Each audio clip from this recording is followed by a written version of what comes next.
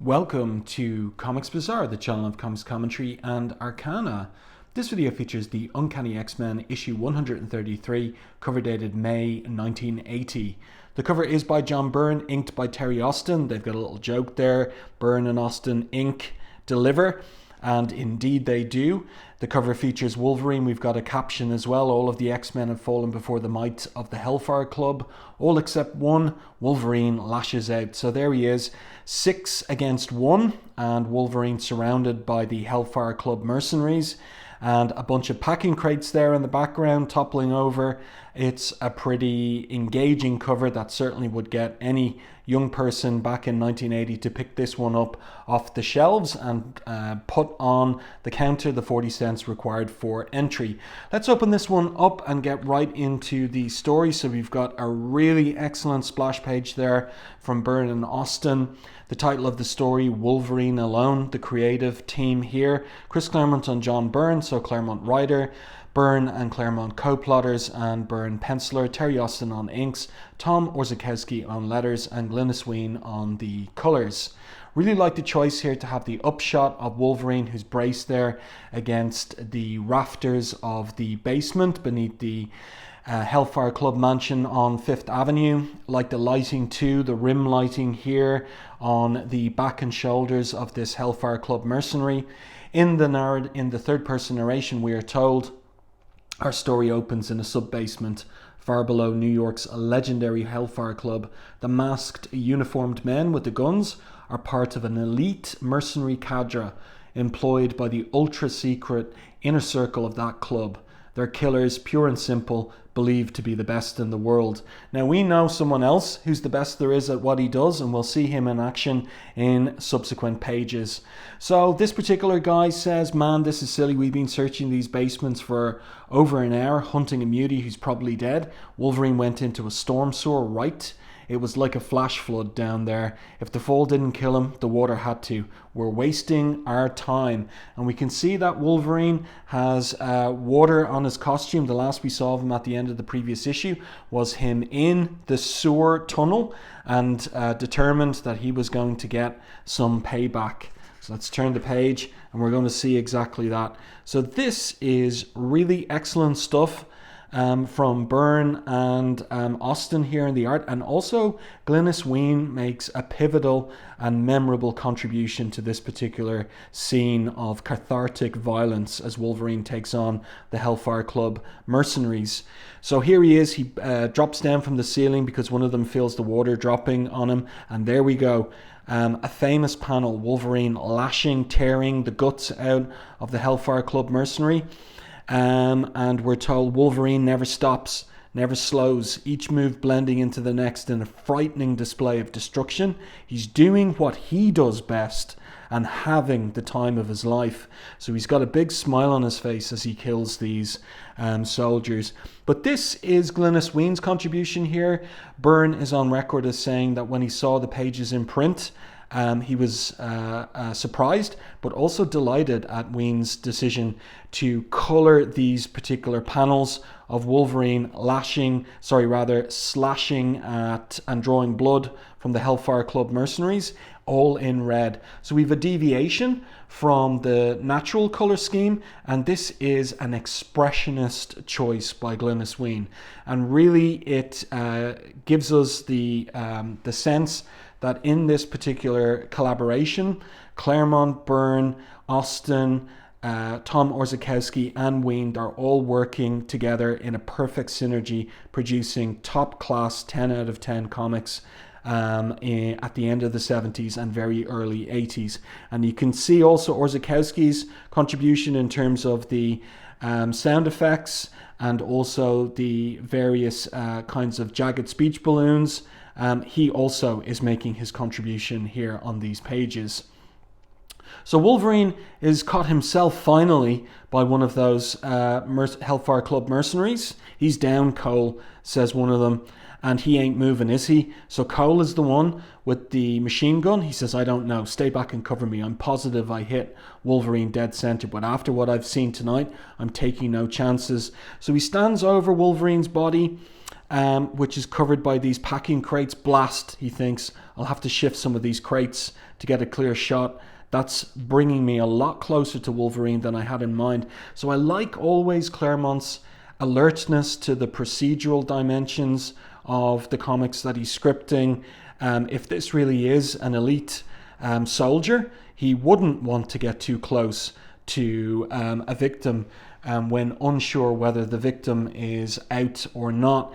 And he makes the mistake. He thinks the runt is dead. Your mistake, bub. The little runt lives, which is more than I can say for you. So again, that slash of the adamantium claws across the gut and chest, which is a killing blow. And note the name of this character, Cole. We'll see him again in the future. He'll be rebuilt by Donald Pierce, and he'll become one of Donald Pierce's cyborgs dedicated to hunting down and killing Wolverine in particular. So, but at this time, in this particular era, they were considered killed by Wolverine.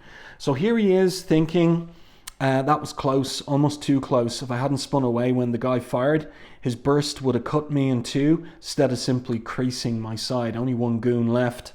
So here we get Wolverine doing a Dirty Harry impression, a Clint Eastwood impression. Hey, bub, I know what you're thinking, he says. He pulls the claws back. He's hurt, and he's 5 meters away from me, and I got a full clip of ammo in my rifle. Question is, can I kill Wolverine before he can reach me and cut me into shish kebab with those freaky claws of his? We can see the guy, elite cadre or not, he is in fear of his life. And Wolverine pushes his advantage well, bub. Wolverine is virtually unkillable. Wolverine's claws are adamantium, the strongest metal known, capable of slicing through vanadium steel like a hot knife through butter.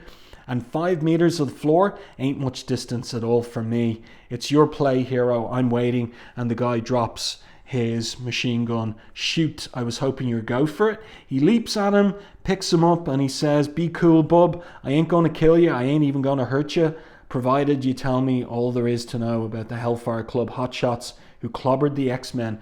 What a fantastic opening sequence from Byrne. In particular, the storytelling here, really super cool version of Wolverine. He is not invincible, he's not invulnerable, he's sneaky, he's smart, he's well trained, and he's able to get the best of those 6 elite soldiers who had surrounded him in the basement. On that note, let's shift our scene to an upstairs library where we find those selfsame X-Men, Colossus, Nightcrawler, Storm and Cyclops, chained and helpless, their mutant powers completely neutralized by inhibitor fields built into their manacles.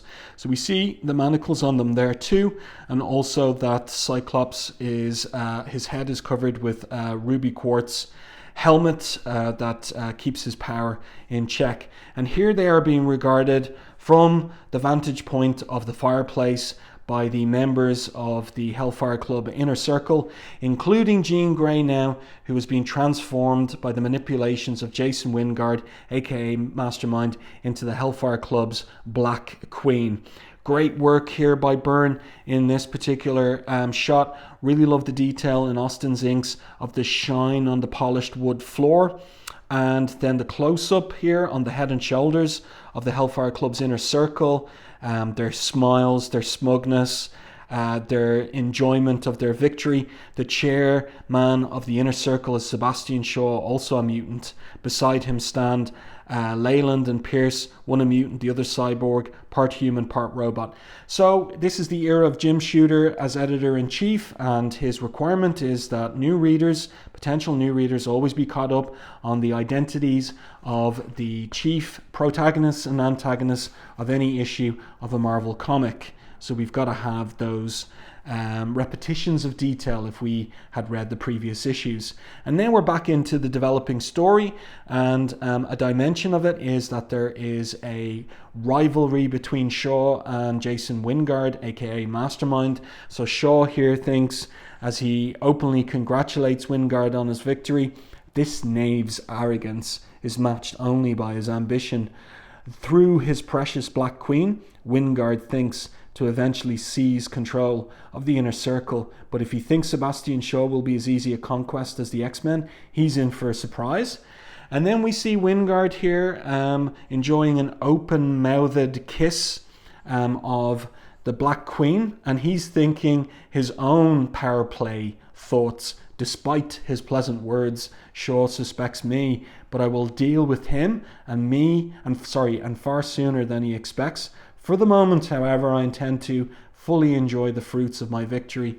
So this is great characterization from Claremont, having these two be rivals of each other, and really kind of giving us even more intrigue in an already absorbing issue of the comic. And then this is another great Byrne transition here. He's been doing them in every issue, or many issues prior to this particular one.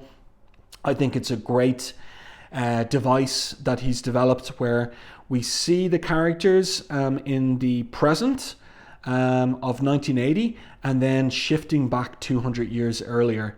And Cyclops thinks, thanks to Mastermind, Jean believes she's physically shifting in time, reliving the life of an 18th century ancestor. Everything she sees, including us, is in terms of the 1700s. So we see there that the X-Men now are wearing the clothes of the 1700s, in particular the clothes of American rebels of the 1700s. And there is an association between Lady Jean Grey and Sir Jason Wingard and the British Empire and King George, whereas the X-Men are associated with the American colonials, the rebels. I like that little detail of things too. And in addition to that, notice a couple of changes. So Nightcrawler, of course, is a mutant and has the appearance of a devil. And in Jean's mind, as part of the time slip, she sees him in a normal human form. And so this is it's strange. We get a sense of what would Nightcrawler be like without his mutation, and this is it. And also we see Jean's perspective on Storm, and Storm has an interesting physiognomy in terms of her African ancestry. And here we see the change, whereby she looks more conventionally African, including with a flatter nose and thicker lips. And I've always found that intriguing too, because this is part of how Jean sees her erstwhile friend as a slave. And then we get this really memorable and poignant scene where Jean says to Storm, I expected better of you. In all the years you've been my slave, I've never mistreated you. And Storm is taken aback. Slave, she thinks. Goddess, there's such evil in Jean's voice. Is this what you want, Beauty? The keys that will free you and your companions? And Storm thinks, Beauty, the English translation of my real name, Ororo. Jean has made it an insult. She's taunting me, flaunting my headdress and lockpicks. And so Storm openly says, Jean, hear me, we're friends, and Jean strikes her with her whip across the face. And we'll see in a subsequent panel that she draws blood. You dare speak to me, slave? I am not your friend, but your mistress. I own you, and as my right, mine will be the hand that ends your worthless existence. So this is shocking stuff. This really does sell to the reader the degree to which it seems that Jean has been corrupted, body and soul, by Mastermind. And of course, Cyclops here can't do anything about it. He's the X-Men's strategic, competent leader. He's the guy that is responsible for getting them into the Hellfire Club. It was his decision, and everything has gone entirely awry. He thinks to himself, if only I could see locked inside this ruby quartz helmet. I can only guess at what's going on. The helmet may neutralize my optic blasts, but not my brain. I can't physically act, but I can think. And so we get a flashback here to the night that Scott and Jean spent on the boot in New Mexico. And we have the telltale curved edges of the panel borders that indicate flashback. But we're going to get some new information here I said in my review of the previous issue that it appears that this is the first time that Scott and Jean are fully physically intimate. That is to say that they make love on that in that location for the first time, having been, like teenage chaste loves for the duration of their publication history. And part of that is because this is as far as you're going to get an implication that they're naked up there on the top of that butt. And here we have Claremont and Byrne giving us some information that we didn't know until this issue as part of the flashback. So Jean shares with Cyclops finally her experience of the time slips, and also something else. Scott, I'd like to establish a permanent rapport, a psychic bond between us, part of me in your head, part of you in mine. And this, I think, is the figurative and psionic equivalent of the fact that they have been physically intimate, fully physically intimate, if you can follow what I'm saying there. And she continues and says, I know I'm asking a lot, total sharing, total intimacy, total trust. I'll understand if you say no. And he says yes.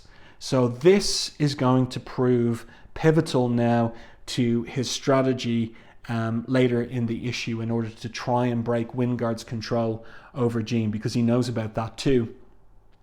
So Cyclops thinks that personal private rapport still exists. With luck, it could become the key to our busting out of this mess. And there we have Jean holding Storm's head up by the hair, and we see there that she's cut her cheek and it's bleeding. And Colossus and Nightcrawler, they can do nothing. And Nightcrawler thinks, Jean, my dear friend, whoever is responsible for transforming you into the Black Queen will pay. Whatever it costs, however long it takes, this, Nightcrawler swears.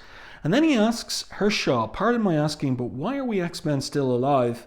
And Shaw says, there's simply no profit in killing you, Herr Wagner. And that gets Nightcrawler's attention, the fact that Shaw knows his name. You know my name, he says. Among other things, says Shaw, superpowered mutants are becoming commonplace in the world.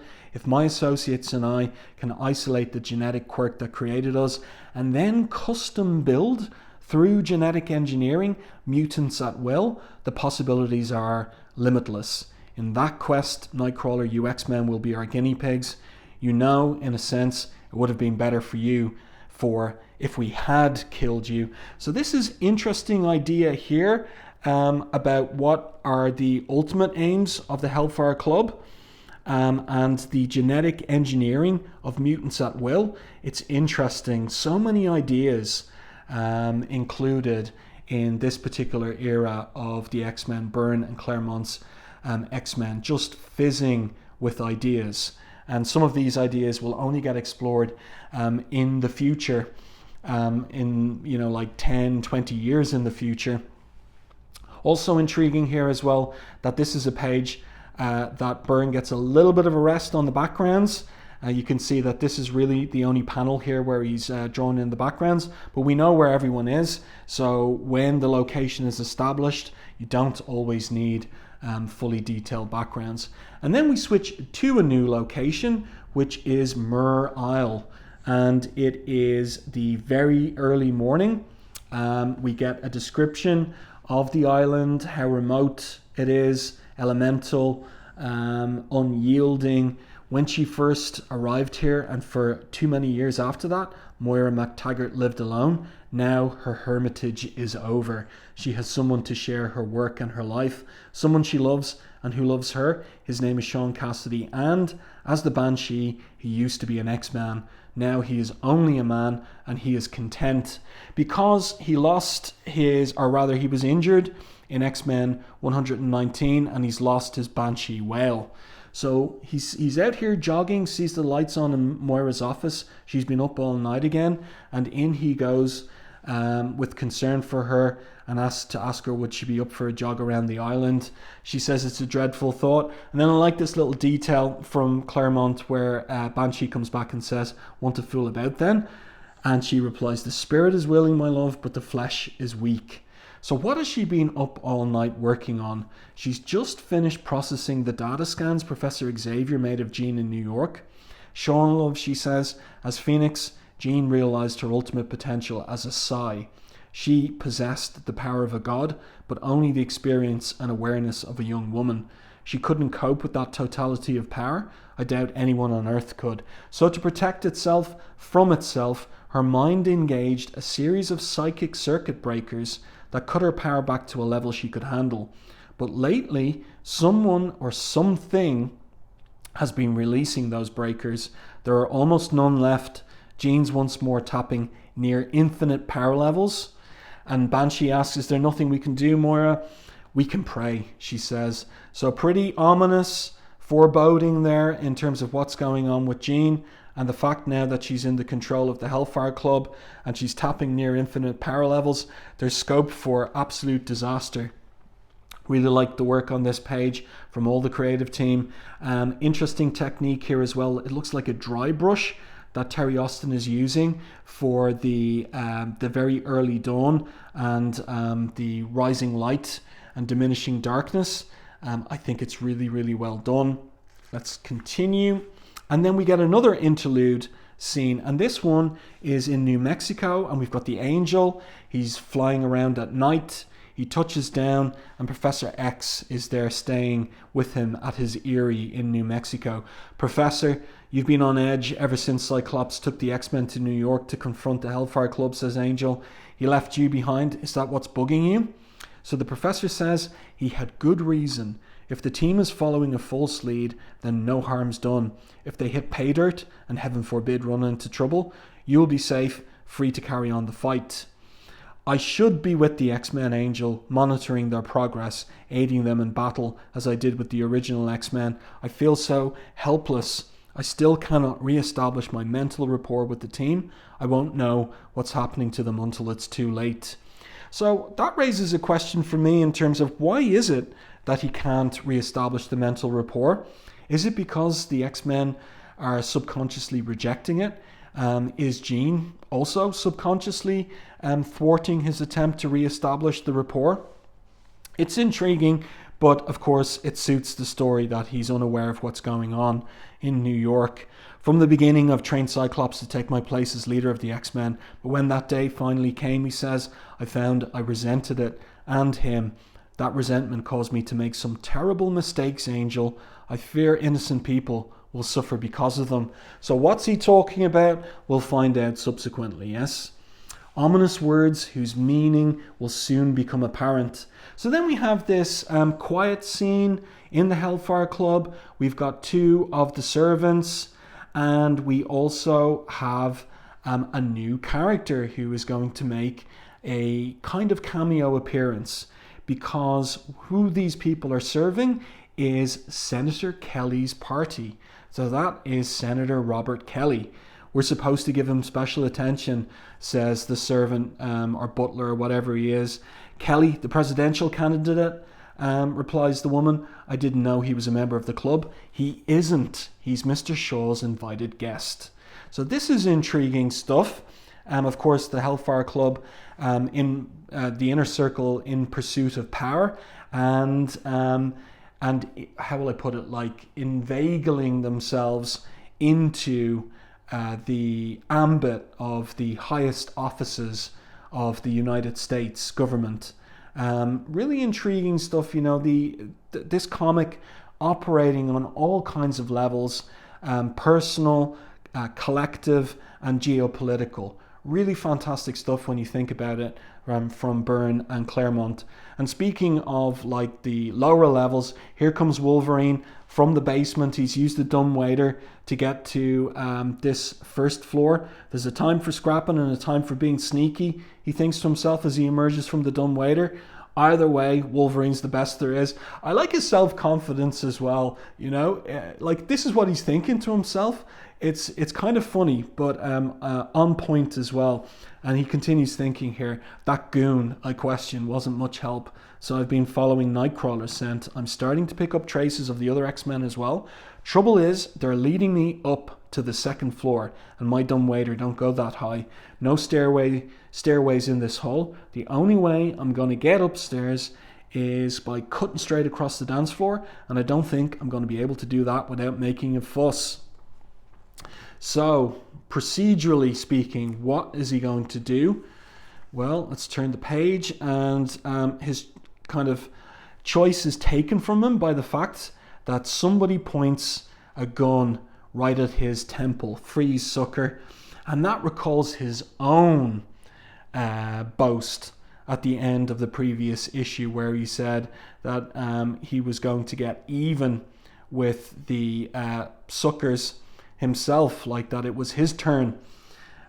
So whoops, he's caught out. Meanwhile, upstairs in the library, we have Leyland flirting with Jean, and she's flirting back, and Cyclops is alert to it. Jean's flirting with them all. Mastermind's given her the instincts of a minx, but I daren't think about that. I've got to focus on the job at hand, nothing else.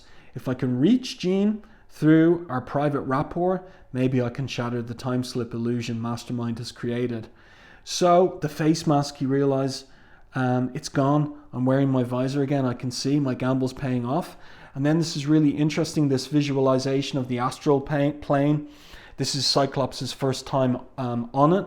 Either that or I'm going crazy. I'm not Jean or Professor X. I've never tried a stunt like this before. For all I know, I could be imagining everything. I've got to think positively. No way my imagination could have come up with a place as weird as this. The room, the others have disappeared. I must be on what Jean calls the astral plane. I've made it this far, I hope. But where do I go from here? So a brave move by Cyclops. Let's get past the advertisements here. And again, you can see, these pages, Byrne certainly saving on the requirement to do full backgrounds, but everything is really, really well told in terms of the storytelling, in terms of the body language of characters. So Scott finds himself in front of the steps and doorway of the Hellfire Club, and he thinks to himself, she's making me conform to the bogus 18th century reality of her time slips. I didn't anticipate that his control of her would be so complete. Still, Jean Grey's the woman I love. I'm the man she loves. That has to count for something. So he sees her in the doorway. Jean, it's me, Scott, he exclaims. And then maybe she recognizes something of him. Do I know you, sir? Your voice is strangely familiar, but your garb marks you as an American rebel, King George's enemy, and mine.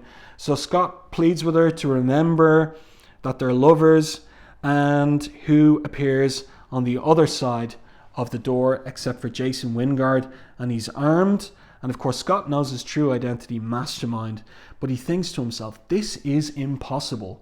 Mastermind has no psi powers. He casts sophisticated illusions, nothing more. How could he have learned of Jean's and my rapport? More importantly, how did he take control of it? I've no choice. If I'm to free Jean, I have to fight him on his turf, on his terms. So Cyclops goes to strike at Wingard. On guard, Sir Jason, he exclaims.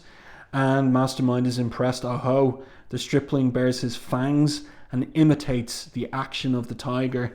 So he's quoting Shakespeare there, Henry V.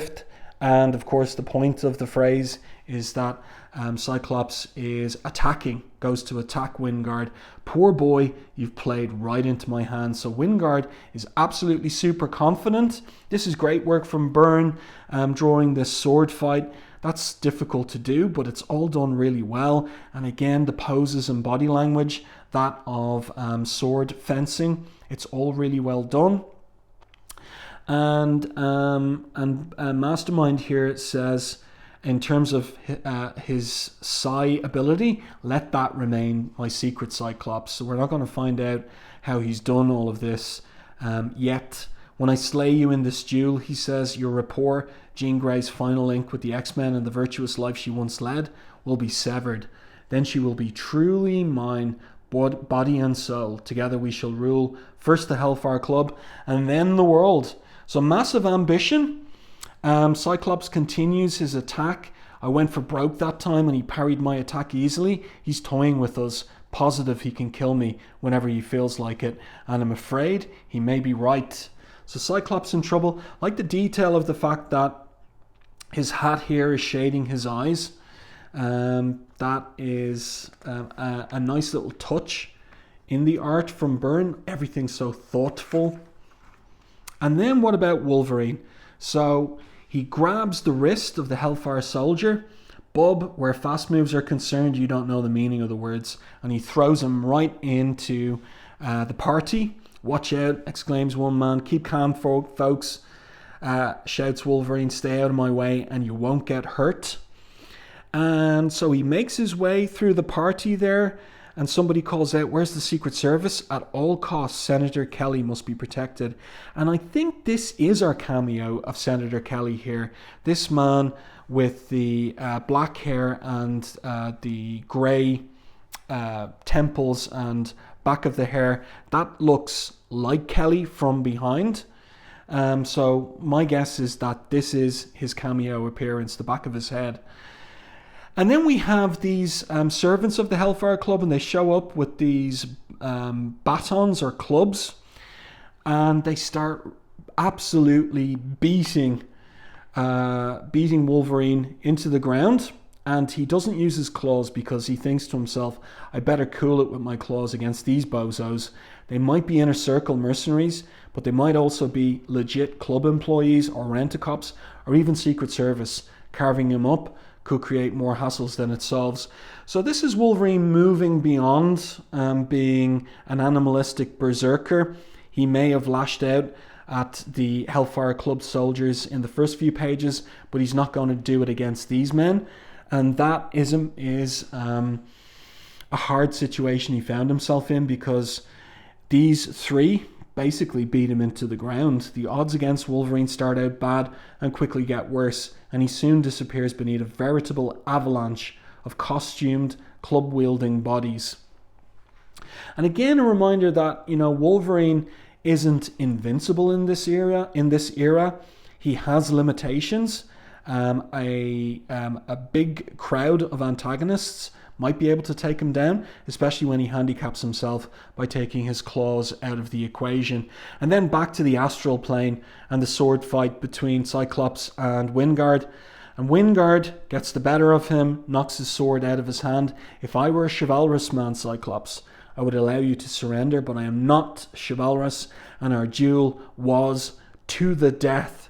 And so he strikes him right through the chest and out the back of his shirt or jacket there. And Cyclops screams. And we get a full page image to end the comic. Again, one of these issues where there's only 17 pages of story and art. And 2 of them now are full page images, the first and the last. And this is a big shock at the time. So the X-Men were defeated at the end of the previous issue, all except for Wolverine, and now they remain defeated. Wolverine is getting beaten to the ground a level below the library, and up above it seems like Cyclops is dead. And Wingard here says, you were a noble, valiant foe, Cyclops, all a hero could hope to be, but in this case the best man won. Everybody there is smiling, Jean too, smiling still. My friends, what happened? Asks Colossus. And Storm says, and again, she's got those cuts on her cheek as well. Cyclops was all right a moment ago. Then he gave a great cry and collapsed. And Nightcrawler there in shock, he says, he lies so still, Storm. Colossus, his chest isn't moving, isn't breathing. Cyclops is dead. What an ending, what a cliffhanger. What a great piece of art too. Imagine owning this, the original art for this particular page. Next, Too Late to Heroes, a prologue to disaster. So it's all the signpostings are for things just getting worse and worse for the X-Men. Just tremendous stuff from Claremont, Byrne, and the whole of the creative team. A couple of interesting letters here with answers from Chris Claremont, including arguing with this particular letter writer about the fight between Cyclops and Wolverine in issue 127. And next issue, at the moment, things look pretty grim for our heroes, and in many ways, the worst is yet to come. Be here in 30, folks, for their final confrontation with the Hellfire Club, complete with a surprise guest appearance or 3, and an ending that will hopefully stun you as much as it does the X-Men. See you next month in Too Late the Heroes. So, and the ending to issue 134 is absolutely stunning and shocking, and there is no hyperbole, no false promises in what Chris Claremont writes in that next issue box there. Well, I do hope that you enjoyed this review and commentary on Uncanny X-Men 133. This is yet another classic issue by Byrne and Claremont. Let me know your thoughts on this one in the comment section. If you enjoyed my review and commentary, please like and share the video. It really does help the channel. And if you haven't done so already, subscribe to the channel and stay tuned for more content like this.